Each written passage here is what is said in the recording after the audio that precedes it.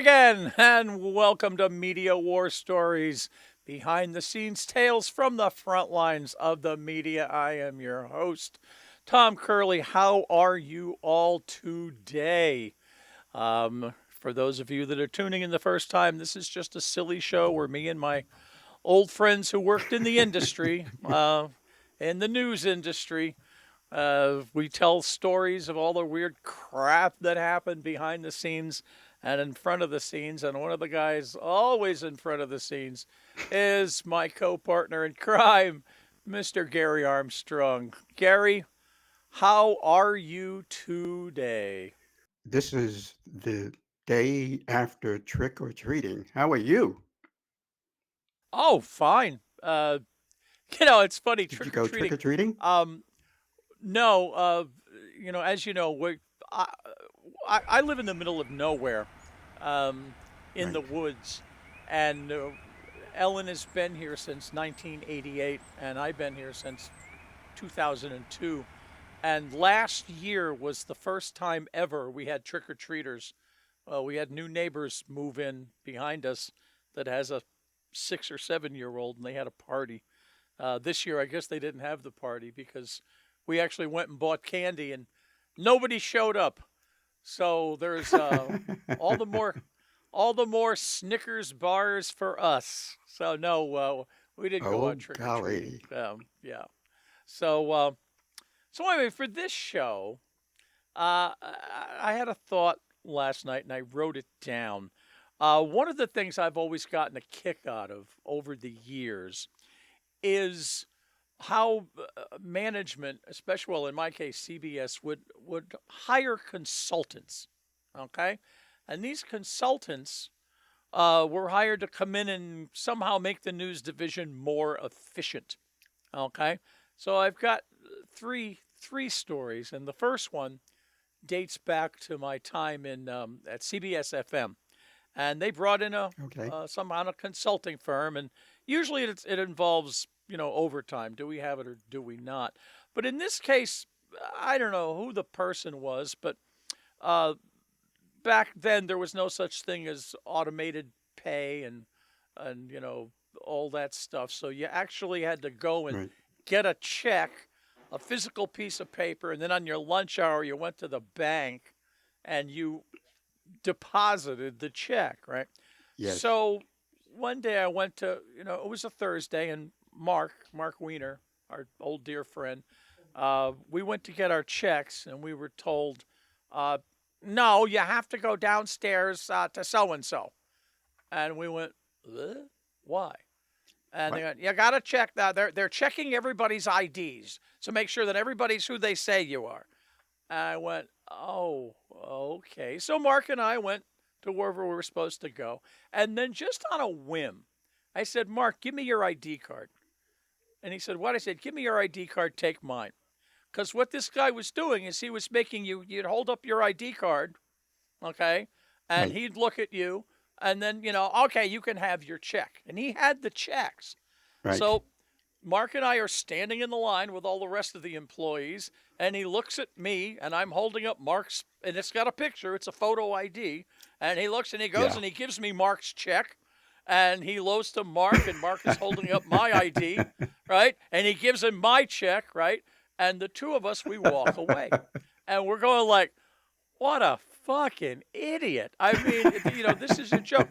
So the the kicker was we went to the bathroom right after that. So we were in the men's room, standing at the urinals, talking about Yeah. this, right?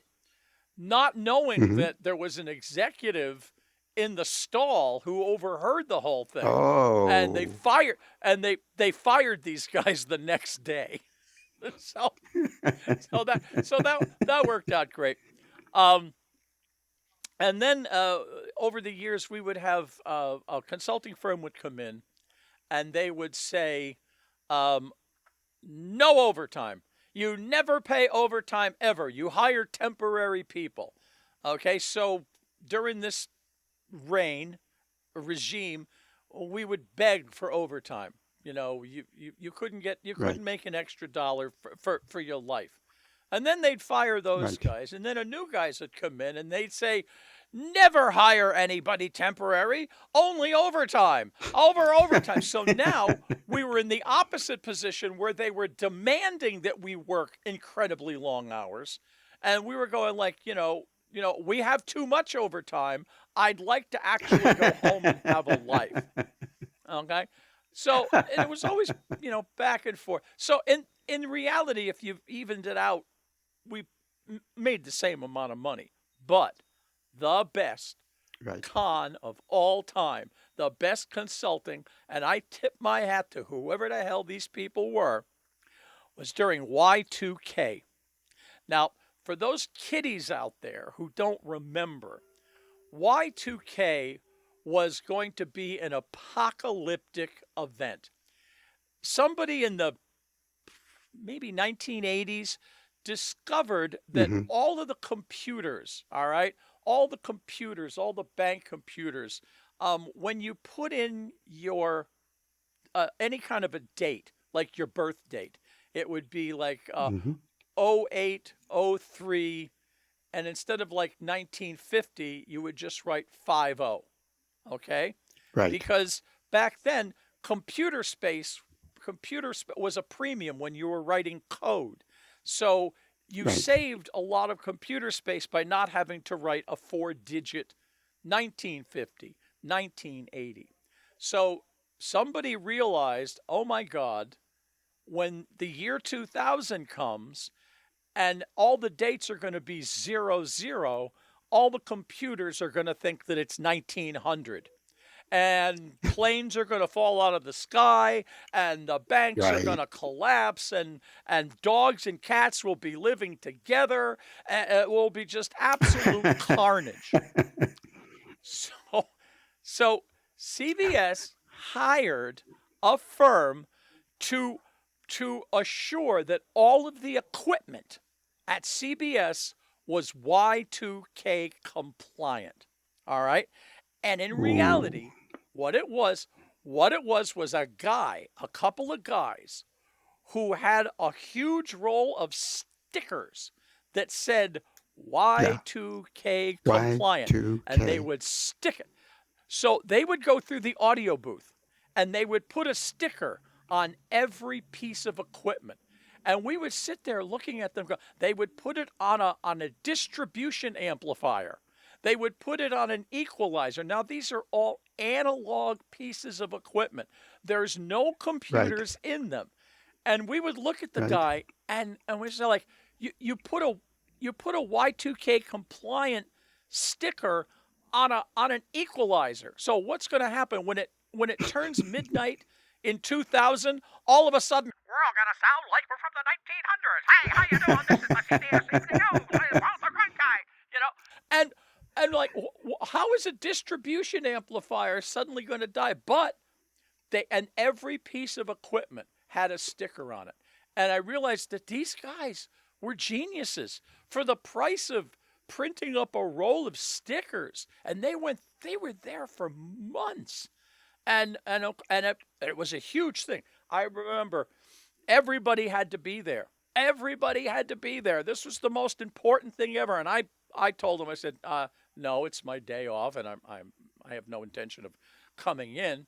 And so you cannot believe the tension that was at the CBS Broadcast Center, because I talked with everybody that night, and and the world, and as the clock hit midnight of 2000, and everybody went Happy New Year, nothing happened. Absolutely Nothing. nothing happened. What a Nothing. letdown. Zero.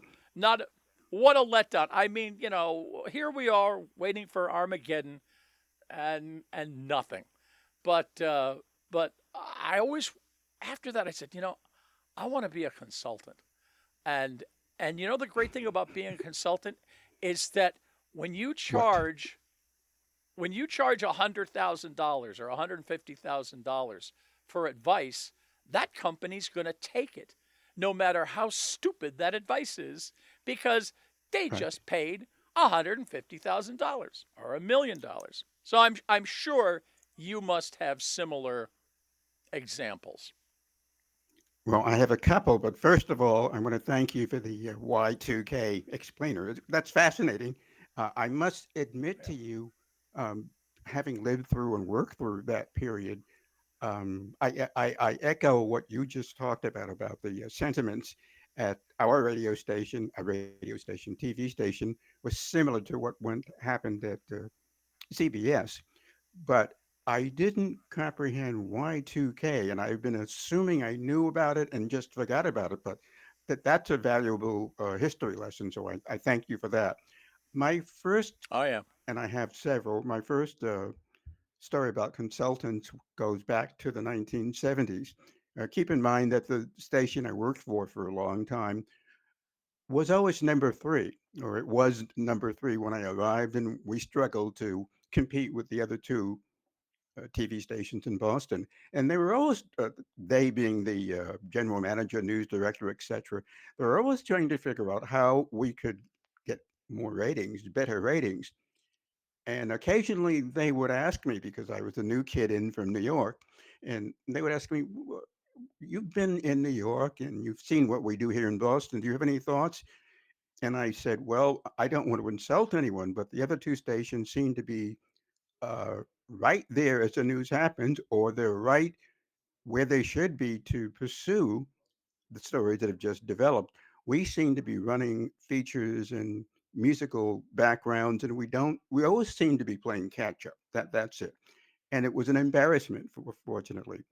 And when I went out for my first few stories, I would get this wide-eyed look from other people. And finally, one guy came over and said, "Why did you why did you sign up at that station? Why didn't you come over here?" And I said, "Well, I got the first offer and I took it. I didn't know what the hiring scenario was. And frankly, I jumped from a really small station to what I thought was the big time here in Boston." And they said, "Well, you're going to have some interesting encounters where you're working." The first one was, "Why are we number three and how can we improve?" Well, that consulting firm said, "You know what? You're doing news the old fashioned way." What did the old fashioned way mean? It meant you covered the story, you didn't really see much of the reporter, and most of the report was devoted to the story. What happened? Why did it happen? What does it mean? Et cetera, et cetera.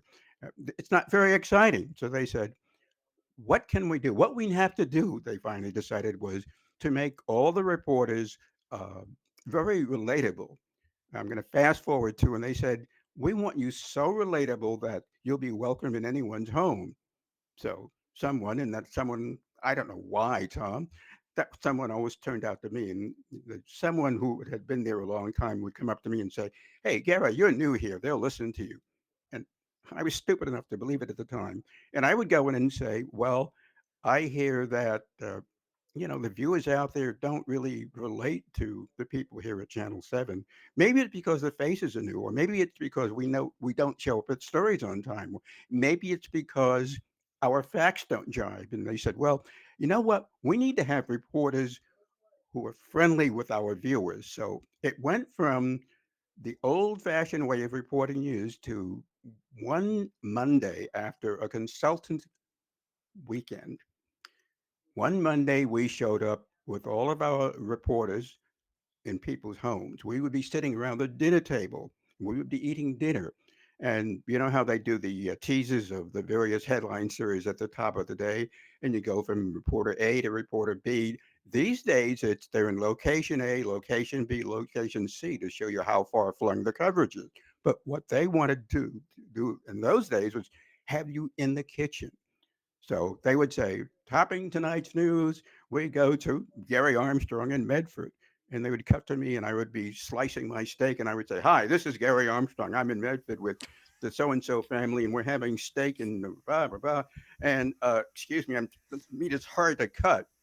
And you could hear the probably the wife or the mother saying, "That's good meat. Why are you criticizing me?" And I would say, "We'll be back with more after this." And they would cut to a second reporter who would be in, let's say, East Boston. "I'm Jaime Del Valle. I'm in East Boston with the Salvuti family. I'm having Italian food, and it's great. And the story here," and they would go on and on and on. And we became known as the Diners Club of Boston News. And bingo, the consultants took full credit for it. and the ratings, instead of going up, they went down a few points. Thank you for that consultant fee. That's true. Well, you know, Got a lot of free meals. that reminds me. I watch a show. There's a show on Showtime. It's called The Circus, the greatest political show on earth. It's John Heilman and I can't remember the. It's three reporters, and they do a weekly review of the news of what happened that week. And what's amazing about it is that it's literally, it's on Sunday, and it starts with the previous Monday.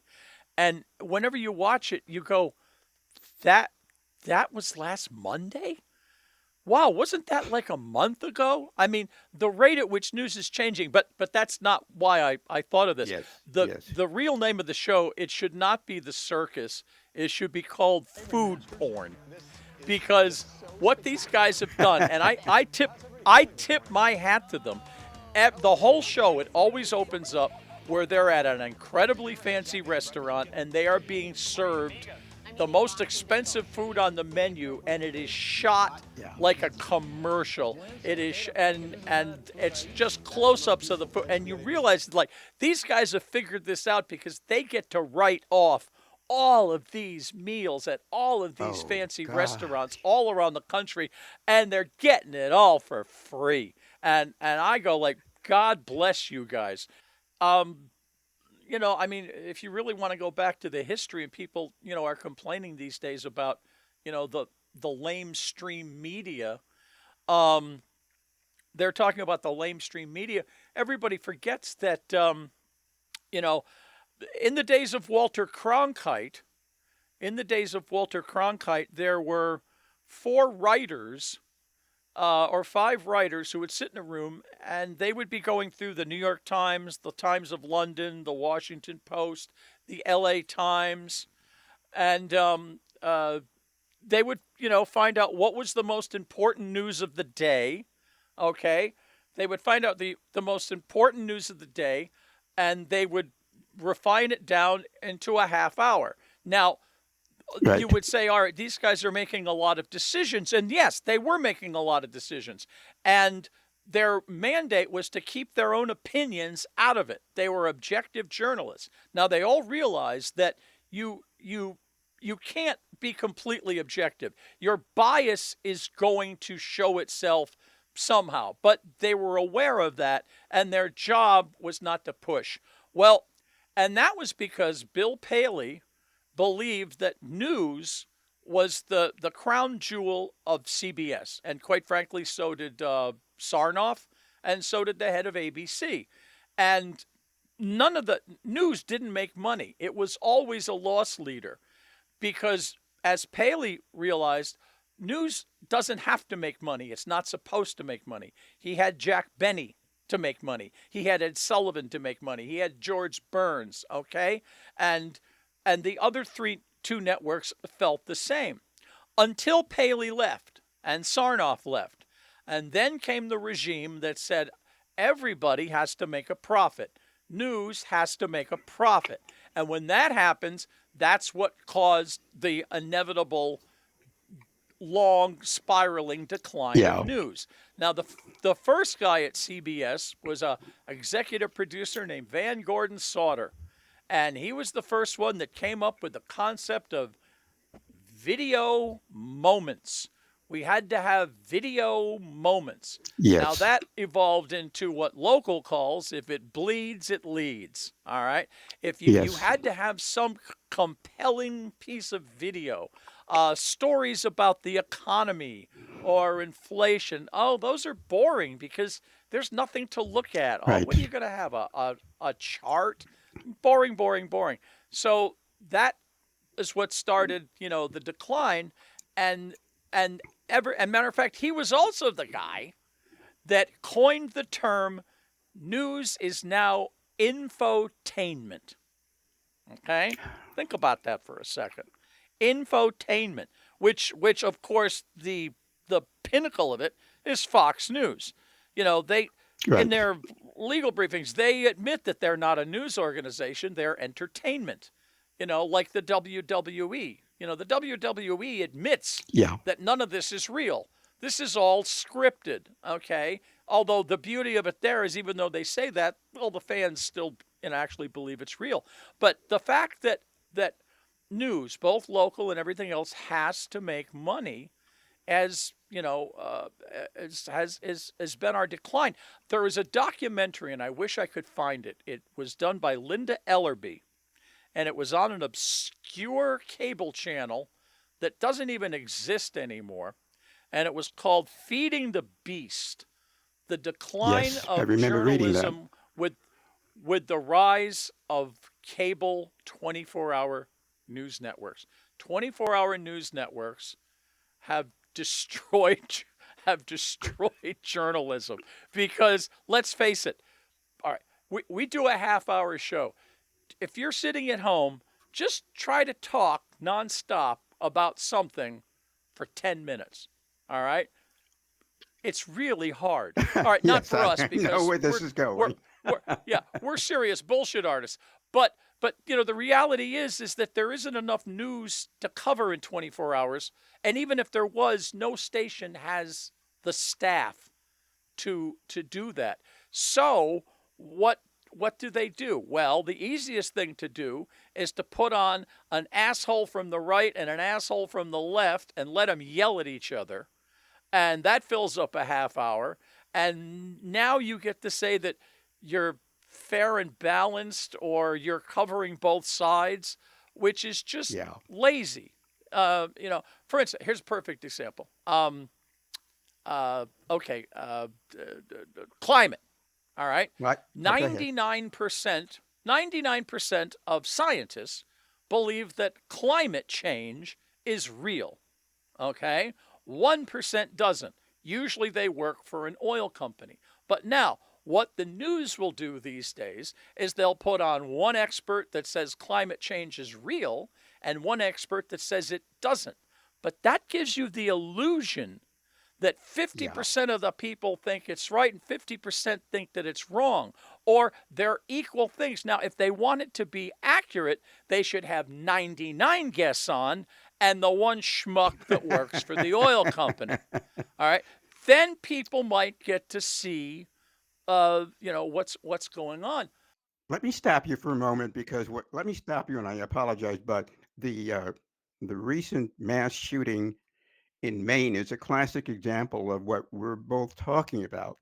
And both of us have had spoken at length about some of the things that stations do when they're covering these mass shootings.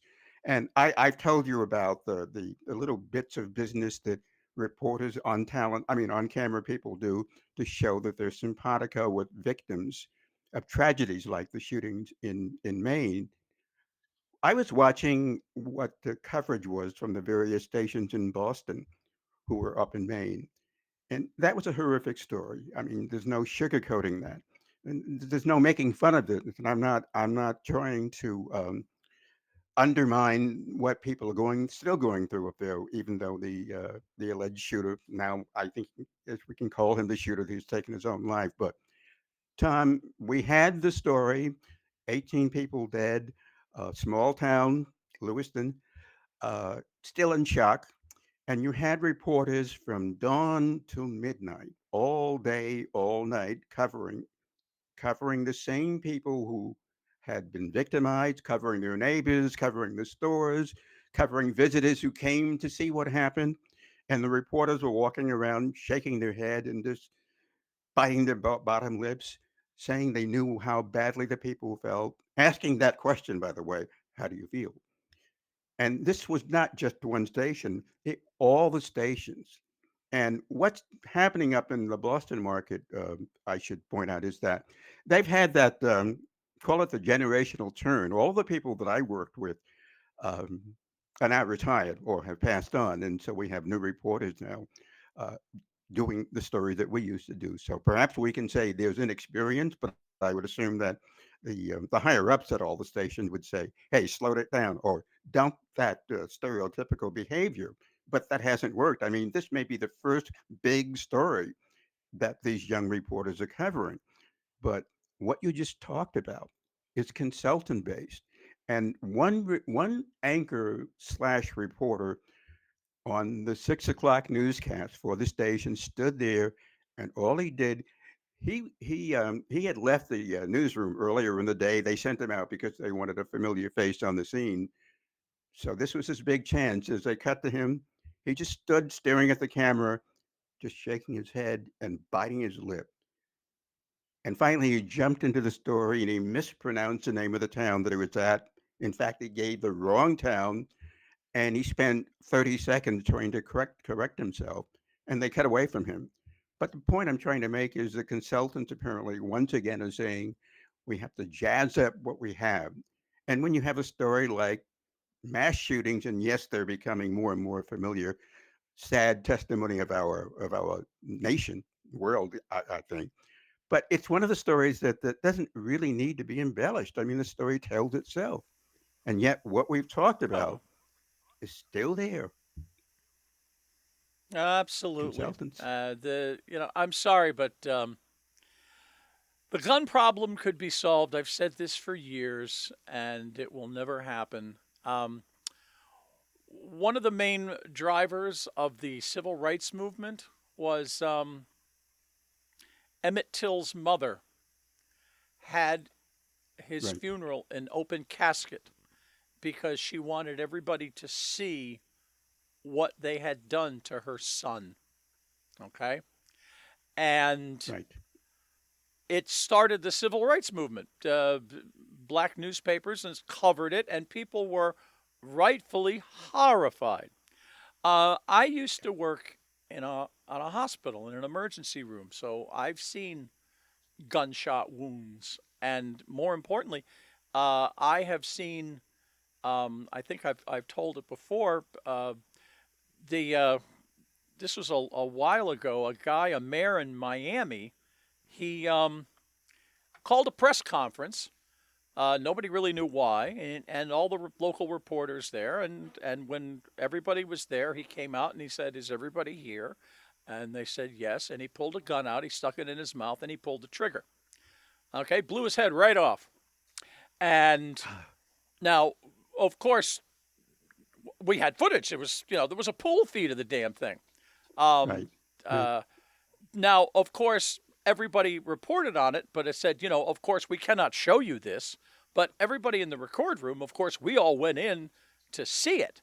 Right. And most of everybody that went in to see it regretted it because there's something about real violence that actually happens that is completely different from any movie, with the Yes. exception of maybe Saving Private Ryan. It's or video game. It's not the same. Right. It's just not the same. And if any news organization had the balls to show a picture of any one of those kids from Sandy Hook or from Uvalde or from the latest shooting of what an assault rifle does to the human body. Some of them were decapitated. If you showed those pictures on national television again and again, I think you'd have gun control in a very, very short period of time. But none of the networks will do it. None of them have the balls. And it's really Right. sad. I agree. I think what happens is, I know what happens is that the decision makers, the news directors, GMs, or whatever, have said we have a line that we want. We want viewers, and we want to do things that will attract the viewers. But you know, we're professionals, and we have a line that we won't cross because it's just not the thing to do. And that is Yeah, that doesn't but sit. that's the line. And I agree No, with you. it's the line that needs to be crossed. And speaking of I crossing I agree. lines, we have we have done it again. We've run out of time, another half hour, gone into ether, or as some famous band once said, time keeps on slipping, slipping, slipping into the future. Did they sit up all night to think up that one? Well, anyway, let's get to the plugs as quick as we can. Of course, Marilyn's blog, Serendipity Okay. Seeking Intelligent Life on Earth, a Fool's Errand, if there ever was one. My audio theater group, Voicescapes Audio Theater for the Best, an audio comedy and drama, a half-hour radio show. The cult hit from the 80s is still here, and it's just as funny as it ever was. My sister podcast, Get Off My Lawn, starring me, where we talk about life, the universe, and anything involving the number 42. So, Gary, we did it again. I thank you. We'll get together next week for more crazy stuff. But in the Oh, dang. meantime, see ya.